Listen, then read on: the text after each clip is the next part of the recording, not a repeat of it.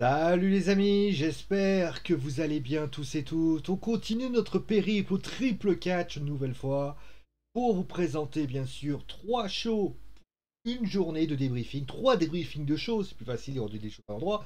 Puisque oui, on va avoir, donc vous l'avez sans doute peut-être déjà regardé, NXT UK qui vous a été proposé par mes soins. Vous aurez ensuite, eh bien, WWE SmackDown que vous voyez aujourd'hui. Et enfin, AEW Rampage qui vous sera proposé. Je rappelle que demain, eh bien, vous savez que suite à la NBA, là, le show de Dynamite a été décalé du mercredi au samedi, donc aujourd'hui, ce soir. Donc vous aurez le débriefing demain, comme prévu. Dans la journée, dans la soirée, ça après, bien sûr au courant. Donc, qu'est-ce qui s'est passé durant ce show? Eh bien, on reviendra tout d'abord sur la signature de contrat entre Brock Lesnar et Roman Reigns. On reviendra également sur Edge et Seth Rollins, un petit peu la conclusion de ce qui s'est passé. Sacha Banks contre Becky Lynch se sont affrontés, on reviendra bien sûr là-dessus avec Bianca Belair qui est venu rendre une petite visite. Le King of the Ring et le Queen of the Ring, avec donc les deux demi-finales qui avaient lieu à SmackDown. Donc Carmella qui faisait face à Zelina Vega. Et de l'autre côté, on avait Finn Balor qui faisait face à Sami Zayn. Et enfin, on terminera avec les petits événements qui ont eu lieu également. Sonya Deville qui affrontait Naomi, il y a une petite surprise, on en parlera. Et enfin, un street fight pour le WWE Tag Team Championship, puisque les Usos redéfendaient leur ceinture face aux Street Profits, pour ainsi dire. Et justement, on fera un bilan, puisque je rappelle pour information que pour la première fois, je crois que c'est la première fois d'ailleurs, AEW Rampage se trouvait en concurrence, alors peut-être c'était qu'une demi-heure, mais se retrouvait en concurrence avec WWE. Oh, c'est pas vrai! WWE SmackDown, et concrètement, WWE SmackDown, durant une durée de 30 minutes. Ça veut dire que les 30 premières minutes de Rampage faisaient écho aux 30 dernières minutes, sans publicité au demeurant, du côté de WWE SmackDown. C'est la première fois qu'un show hors NXT, on peut le faire. Pour l'instant, je n'ai pas les audiences, donc je ne peux pas deviner si ça a eu un impact, pour ainsi dire. Mais on sait que, pour information, je tiens à le préciser pour la deuxième fois, que le show de SmackDown, lui, était décalé non pas à la Fox, donc ce n'est pas étonnant si jamais vous avez un show qui soit aux alentours de 1 million, hein, on va pas commencer à râler, mais l'autre côté, il faut savoir qu'il était sur FS1, donc forcément une chaîne plus petite avec des cas à câble beaucoup plus petits. Voilà, ça c'est dit. Donc, qu'est-ce qui s'est passé? On va commencer tout de suite par parler tout simplement de le premier événement, c'est Brock Lesnar, Roman Reigns, qui faisait donc sa tire de contrat. Alors déjà, je trouvais très intéressant que Adam Pearce, comment dire, soit en train de un petit peu en train de dire ah mais mettez ça, puisque alors les gens ont peut-être été étonnés de voir ça, mais en fait c'était logique puisque Adam fallait trouver un moyen de meubler puisqu'il n'y avait pas la publicité, il n'était pas là à ce moment-là, il fallait trouver une solution et concrètement Adam Pearce a trouvé cette solution et c'est plutôt une bonne chose. Pour la série de contrat, je l'ai trouvée elle était assez courte, contrairement aux autres contrats où tu as toujours un côté, voilà, je parle, tu repars, je réponds, tu réponds. Mais ce qui m'a surtout plu dans cette tirée de contrat, c'est que on a eu l'impression que voilà, Paul Heyman était venu en confiance. Moi, je m'attendais peut-être aussi à un Brock Lesnar un peu joueur, qui allait peut-être un petit peu provoquer Paul Heyman en disant, mais en fait, il l'a provoqué de manière la plus subtile possible. Moi, je m'attendais réellement à ce qu'ils disent, alors, Paul, tu as dit quelque chose hier la semaine dernière, dis donc.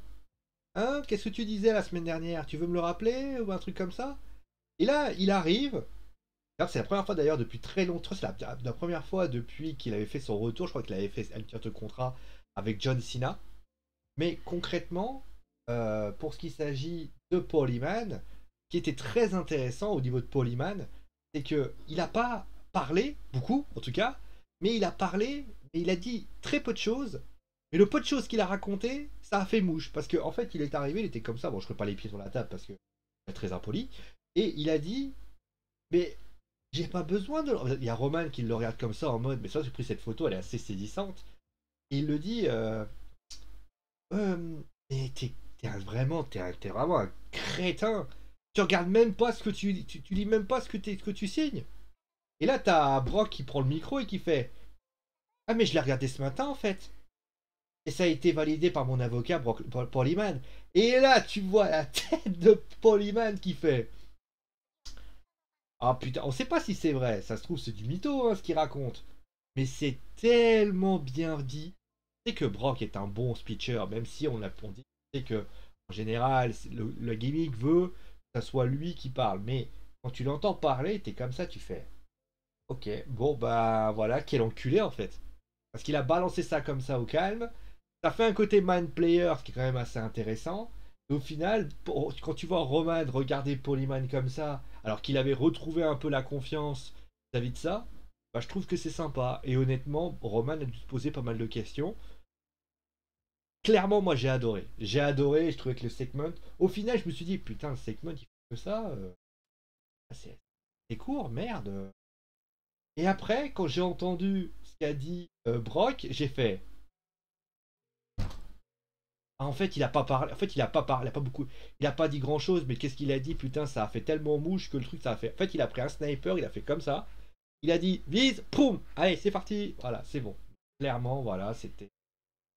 On va dire, ça m'a étonné, mais au niveau du bon étonnement pour lui. Voilà.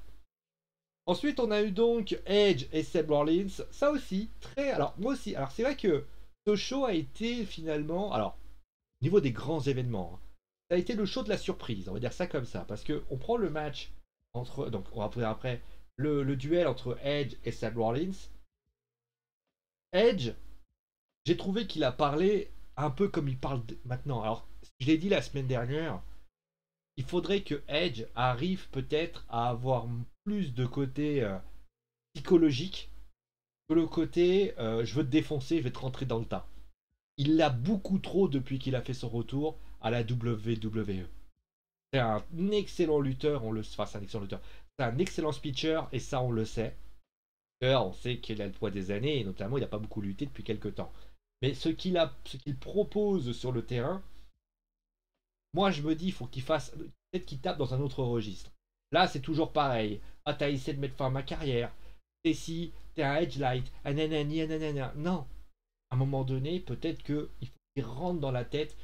C'est vrai que dans cette rivalité, ce qui m'a le plus étonné, c'est que c'est finalement Seth Rollins qui a joué le mind player, the architect. Enfin, on a retrouvé le architect qui avait un petit peu été perdu du côté bien de Seth Rollins. D'ailleurs, quand on regarde les tenues de Seth Rollins, moi en fait, quand je regarde la tenue de Seth Rollins, pas vous mentir, c'est vrai qu'il a des tenues extrêmement exotiques, on va dire ça comme ça. Mais en fait, quand je le regarde, j'ai l'impression d'avoir le Joker en face de moi. Alors, pourquoi je dis le Joker? Parce que le Joker, on va dire, avait ce côté, certes, il avait des tenues assez lumineuses, mais si on se souvient bien, c'était un mec qui aimait bien tourmenter ses proies, et notamment Batman. Il adorait tourmenter Batman. Son objectif d'ailleurs était de rendre fou Batman. Quand tu vois ce qu'a fait Seth Rollins là, en fait, tout au long des dernières semaines, il s'est évertué à rendre dingue Edge. Il y est parvenu, concrètement. Et au vu de ce qu'il a été raconté, alors, raconter Edge, c'est fort, c'est très puissant, il y a de l'intensité, il y a de l'émotion. Mais ce qui me désole un peu, c'est que à un moment donné, il fallait peut-être avoir un geste fort pour un geste fort. Il aurait fallu un truc psychologique. Un truc qui aurait fait que. D'ailleurs, quand tu vois Seth Rollins qui fait ah, voilà, il le dit. Même d'ailleurs, quand il admet que Seth Rollins et Seth freaking Rollins n'est pas un Edge Light. Alors, attention, le speech est très bon, au demeurant. Ce qu'il met en scène dans le speech, j'ai rien à dire. Je dis juste ce qu'il raconte. Parce que je vois certains je vois certains qui me regardent en train de se dire ma gueule ou quoi, il est en train de me dire que le speech de Edge, il est nul. Non, non, non, c'est pas ce que je dis. Ce qu'il raconte qui me gêne. Parce que, encore une fois, je précise, parce que certains me pas, même si on peut discuter d'un speech. Quand on discute d'un speech, c'est que le speech a été bon, mais que ce qui a été dans le contenu a peut-être est sujet à débat. Voilà, c'est ce que je voulais dire. Et moi, je pense que ce qu'a raconté Edge, j'aurais aimé plus de psychologique. J'aurais aimé un truc, tu vois, genre. Hmm, D'ailleurs, je crois que ta femme, elle a un joule aussi. Quitte à ce que il se passe des. Enfin, il aurait fallu qu'il soit, je sais pas, quelque chose. Après, pour ce qui s'agit. Bon, pour ce qui s'agit de Seth Rollins, Bah, je trouve que Seth Rollins n'a pas été son meilleur speech. Ça n'a pas été son meilleur speech parce que ce qu'il fait, il le fait. En fait, ce qu'il fait, il dit notamment, enfin au début ça va, il te dit ah t'as vu, il y a admis, etc. Et au final, c'est bien que les deux s'affrontent pas, parce qu'au final, c'est aussi intéressant. J'aurais peut-être voulu peut-être un Edge qui vient, qui le regarde et qui lui tend la main en mode bien joué pote. C'est tout ce que j'aurais voulu par exemple. C'est-à-dire de dire bien joué mec. Et là, Seth Rollins qui comprend pas ce qui se passe. Ça aurait pu être une idée. Mais avec Seth Rollins, j'aurais voulu qu'il rentre et qu'il dit. Là, vous voyez, les dernières phrases de Edge qui dit je vais te marquer ton âme. Cette marque, ça c'est bon. Mais ce qu'il aurait pu dire Seth Rollins, c'est mon âme. Mais mec, j'ai pas d'âme. Tu penses sincèrement qu'un mec bien, eh ben il va s'en prendre à ta femme? Tu penses sincèrement qu'un mec bien, il démolit l'œil de Rey Mysterio? Tu penses sincèrement, il dit j'ai du sang dans les mains tel. Tu vois, ça aurait été fort. Parce qu'au final, et il aurait pu dire The devil wait me. Le diable m'attend. Et aujourd'hui, je ne fais que venir à lui. Ça aurait été fort, mais tellement fort. Et au lieu de ça, il fait et, ouais, fait son speech où il dit ouais le Hell in a Cell, c'est pas ce que j'ai fait, moi j'y étais allé. Alors il fait référence notamment à Hell in a Cell où il avait affronté le Fiend, donc il peut pas en parler. Et le Fiend l'a rendu. D'ailleurs, c'est ce qui fait notamment le moment où Seth Rollins vrille complètement et devient finalement heel en fait. Parce qu'il affronte Seth Rollins, il essaye de faire quelque chose et au final ça crée une disqualification avec le fameux qui frappe, etc. Donc c'est ce moment-là concrètement. Après les Survivor Series entraînent finalement ce qui se passe. Mais concrètement, c'est là qu'il vrille. Donc là j'aurais dû dire, voilà, il fait des références et honnêtement, moi j'ai trouvé ça assez bof. Voilà. Le match entre Sasha Banks et Becky Lynch, featuring donc Bianca Belair qui était derrière. Très bon match. Très très bon match entre les deux lutteuses. De toute façon, Becky et Sasha, c'est 5 stars à chaque fois. Franchement, c'était un match assez long. D'ailleurs, c'est bien. Voilà, c'était un match assez long, assez intense, vraiment dynamique. D'ailleurs, je me rends compte que Sasha a un soutien-gorge et des bottes en mode velours, en mode j'ai pris ma couverture en soie. Et c'est intéressant de voir que concrètement on recycle là, du côté de Sasha Banks. Mais concrètement, ben voilà, donc j'ai envie de dire, c'était pas mal. Franchement, c'était sympa. Franchement, super match. Et d'ailleurs, je fais la petite aparté quand on sait qu'il y avait Chris Jericho. Alors après, il faudrait qu'on regarde. Il y avait un match féminin à Rampage. Et il y avait, je me souviens bien, le match entre enfin Chris Jericho, Sammy Guevara, etc. Là-bas. Là, les deux, le match et le client de contrat avec Brock Lesnar et Roman Reigns, ils t'anéantissent Rampage. Là, c'est quand même assez incroyable d'imaginer que Rampage, c'est pas dit. On a 30... Ah, non, c'est parce que c'était le début. Donc, CM Punk et Matt Sydal. Est-ce qu'à un moment donné, il aurait pas fallu mettre un match pour le titre AEW Heavyweight Championship, la TNT Championship, quelque chose? Parce que CM Punk, il commence toujours les shows. Mettre un CM Punk contre Kenny Omega, par exemple, ça aurait été exceptionnel. Au lieu de ça, bah, tu te tapes un. Alors peut-être que la AEW s'est dit non, on va pas non plus changer quelque chose. En tout cas, super match entre les deux. Bon, pour Bianca qui est venue semer la zizanie, pourquoi pas. Alors Bianca qui a un match de championnat contre Charlotte Flair. Attention, hein, ça peut valoir changement de titre. Et s'il y a changement de titre, ça veut dire que peut-être on peut imaginer Becky qui, elle, a encore et d'abord WWE SmackDown Women's Championship, peut-être un Sacha. Donc on peut imaginer Sacha championne à SmackDown et Bianca à Raw. Avec peut-être une continuité de la rivalité avec Bianca Belair qui affronterait Becky Lynch du côté de ça. Faut l'imaginer aussi. Bon, après, voilà. On va continuer maintenant avec les deux matchs King of the Ring et Queen of the Ring. Alors, le match féminin, je vais lui passer très très vite. Clairement, je ne vais pas trouver. Alors, c'est le problème quand tu as un heel versus heel. Quand deux personnes s'apprécient. Quand c'est un face versus face, c'est facile. Parce que tu as deux lutteurs assez gentils. Face, ils s'affrontent et ça fait un bon match. Quand c'est deux heals, en général, tu te dis, ben, t'es obligé de faire un peu de respect, mais à l'envers. Et c'est ce qu'ils ont essayé de faire. Ils ont voulu faire du respect à l'envers. C'est-à-dire qu'ils se sont dit, Ouais, non, t'inquiète pas. Et Zelina notamment, elle se prend une tarte. Et à ce moment-là, voilà. Mais en final, il n'y a pas eu vraiment de match. Il n'y a pas eu vraiment de match. On avait l'impression d'avoir un match d'entraînement entre les deux lutteuses. Donc, il n'y avait pas grand-chose. Après, pour ce qui s'agit du reste, Liv Morgan qui est venue prendre le masque de Carmella. Moi, j'aurais voulu que Liv le mette. Ça aurait été rigolo, vous voyez. Moi, en tout cas, la victoire de Zelina Vega. D'ailleurs, justement, petit aparté, Zelina Vega, pour l'instant, qui est finaliste de ce Queen of the Ring. Là, on va avoir Finn Balor, d'être sincèrement, sans être méchant. Euh, vous allez avoir on a sans doute une finale garçon et filles. Je sais pas comment ça va se passer pour les. Non, à mon avis, il y a de fortes chances que Shayna remporte le match à Raw. De l'autre côté, on a Xavier Wood qui fera face à Jinder Mahal. Alors, ça sera plus ouvert. Mais là, quand même, t'as quand même une immense ouverture où t'as quand même soit Balor qui est archi favori. Alors, peut-être qu'il ne le sera pas. Mais quand on sait que Finn s'appelle le Prince, de l'autre côté, moi qui voyais Carmella, vous voyez, Carmella qui bat. En fait, finalement, quand tu imagines, tu te dis Carmella a gagné contre Liv Morgan.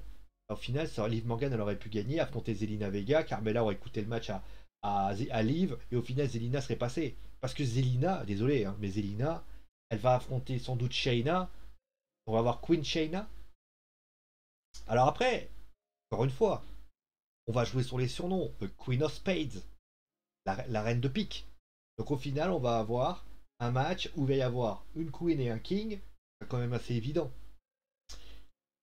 Moi, ça me déçoit. Ça me déçoit parce que clairement, on n'a pas beaucoup d'originalité. Donc les deux matchs qui ont été proposés là, franchement, c'était pas des matchs chauds. Finn Balor a pas été exceptionnel. Finn Balor, Sami Zayn, les deux lutteurs ont pas. Voilà, on a vu un Sami Zayn dominant comme pas possible. Finn Balor qui est juste revenu à la fin. Il y a eu un léger mieux à la fin où ça a été plus intéressant. Voilà, ça n'a pas été ouf et franchement, moi qui m'attendais vraiment à beaucoup de choses pour Finn Balor, Sami Zayn, je suis assez déçu au vu de ce. Et on va terminer peut-être avec finalement les derniers événements de la soirée. On va commencer déjà avec le match par équipe pour les Tag Team Championship. D'ailleurs, qui montait crescendo, un show qui était très haut, qui est descendu un petit peu, et après c'est remonté crescendo d'un coup, hein. Le Tag Team Championship que j'ai beaucoup aimé. Le Street Fight a été quand même, alors c'était quand même assez léger, hein, le Street Fight, ça n'a pas été un Street Fight de ouf, mais au vu de ce qu'on a pu voir, c'était quand même assez bien. Voilà, Montez Ford et Angelo Dawkins intéressant. J'aurais préféré peut-être plus d'équipes, ça aurait pu être encore plus fort. Un ladder match, pourquoi pas aussi. Mais voilà, c'était bien, c'était plutôt intéressant. J'ai plutôt apprécié la qualité de la prestation des deux équipes. Et au final, voilà, moi j'étais content de juste de ce qui s'est passé. Et les Usos qui gagnent, bah voilà, c'est concrètement, voilà. Mais on va parler peut-être de ce qui s'est passé après, donc avec Shayna devait affronter Naomi qui devait affronter Sonia. Et à ce moment-là, Sonia dit à Naomi, elle lui dit hop, hop, hop, hop, hop, attends, attends, tu vas pas laisser finir hier, la semaine dernière. En fait, tu vas pas affronter que moi, tu vas affronter aussi Shayna et moi. Et concrètement, alors, sur le principe, je trouve qu'il y a quand même des choses à Sonia qui amorce sa domination sur Naomi. Pourquoi pas? Pourquoi pas? Ok, pourquoi pas? Après, Sonia, elle joue un petit peu celle qui est la, la dirigeante, un peu à la manière de Vicky Guerrero, même si elle, voilà, Stephanie McMahon, c'est-à-dire j'abuse de mon pouvoir pour arriver à mes fins. Dans l'idée, pourquoi pas? Pourquoi pas? Ok, oui, alors c'est une très bonne chose. Sauf que, était judicieux que ce soit Shayna. Alors vous allez me dire, oui, mais alors il n'y a pas 36 lutteuses qui auraient pu faire le job de Shayna. Sans doute. Mais en fait, alors Shayna en plus va avoir SmackDown, donc finalement ça apporte quelque chose. Mais moi, ce que j'aurais préféré, c'est que Sonia ait un clan derrière elle. On ait par exemple, je sais pas, une ou deux lutteuses. Kali, par exemple, qui aurait pu venir, une lutteuse relativement intéressante. Le problème de Shayna, c'est que Shayna est venue et sert d'enforcer sur Sonia. Sonia, elle a passé son temps à démolir des mains dans tous les sens. Elle a passé sa journée à démolir, à blesser Nia Jax, Eva Marie, a failli mettre en pièces Dana Brooke. Au final, voir être au service de Sonia paraît un peu bancal quand même. Après, il y a une deuxième chose qui me gêne, c'est le silence d'Adam Pearce. Adam Pearce et Sonia Deville, ils passent leur vie ensemble. Sauf quand Sonia est en train d'abuser de son pouvoir. Alors, et je rappelle qu'à un moment donné, on avait eu Adam qui a dit ah, c'est quoi ça? C'est de l'abus de pouvoir. Et là, il ne fait plus ça. Moi, je suis désolé.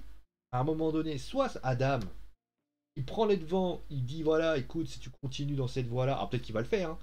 Moi, je vais être contraint et forcé d'alerter les hauts dignitaires de la WWE, aka Stephanie McMahon, Triple H, ou voire même Vince McMahon. Est-ce qu'on peut imaginer peut-être une Team Devil contre Team Pierce au Survivor Series? Oui, mais ça va se dérouler, il faut que ce soit très vite. Parce que le problème, c'est qu'on a Adam Pearce qui est silencieux. À la limite, il y aurait eu de la distension entre les deux. Moi, je me serais dit, ok. Ok. Sauf que là, il n'y a pas réellement de distension. Les deux sont la même longueur d'onde. À chaque fois que Sonia prend une décision, Adam a l'air de d'acquiescer.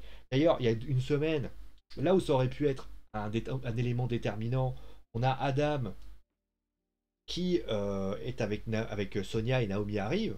Et Sonia dit ouais, bah écoute, moi je t'ai pris, bon écoute, voilà, je te crois pas en toi, etc. Ce qui est vrai d'un côté. Et après elle dit, et là t'as Adam qui fait non. Et comme si Sonia était nerveuse et qui avait tendance à pas à surréagir. Ouais, sauf que regardez l'image. À aucun moment, Adam Pearce l'attrape entre quatre yeux et lui dit pense vraiment que c'était vraiment intelligent de faire ça. Ok, tu crois pas en Naomi, je veux bien, ou admettons, je pense sincèrement que c'est comme ça que tu vas régler le problème. Donc voilà, j'ai pas trouvé ça très intéressant et honnêtement, il y a des choses à voir. Bon, qu'est-ce qu'on peut dire finalement de ce show? Eh ben, ce show est plutôt intéressant, au demeurant. D'ailleurs, c'est intéressant, il est monté crescendo. Ah, c'est bien. Le show est monté crescendo.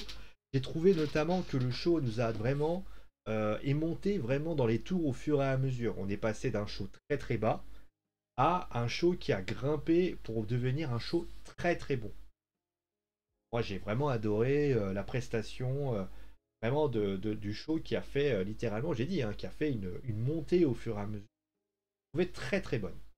Après, pour ce qui s'agit de ce qui a été proposé, il y a des choses. Alors, déjà, première chose que j'ai envie de dire, c'est que le show a duré 2 h 30, qui est quand même plus important que les shows de 2 heures. Donc 30 minutes de plus, c'est pas rien. Avec 30 minutes sans pub. Ce qui veut dire que les mecs ont dû gérer 30 minutes sans pub. Ce qui est quand même pas quand même quelque chose de compliqué. Ça veut dire que pendant 30 minutes, eh ben les mecs, il faut vous trouver un moyen. Donc ça équivaut finalement à 30 minutes de moins que Raw. Sans pub, je précise. Que ceux qui ne comprendraient pas, on avait a priori 30 minutes obligatoires avec notamment 1 h 30, ce qui fait à peu près, on fait une addition, 2 heures de show maximum. Ce qui équivaut à ce qui se passe à Raw, hein, clairement. Pourquoi ce show a été plus distrayant que celui de Raw?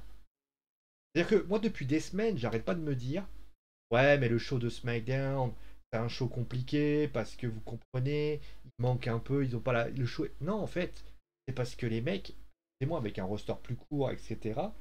Les mecs, ils sont capables, avec 2 h 30, capables de mettre le feu pendant 30 minutes. C'est peut-être qu'il y a un vrai problème de coaching au Raw. Là où je suis, au début, je me disais non, mais c'est parce qu'ils ont pas assez. Là, je me pose résolument encore la question. Bon, voilà. Est-ce que, en tout cas, le show était bien? Il y a des choses à réajuster, oui.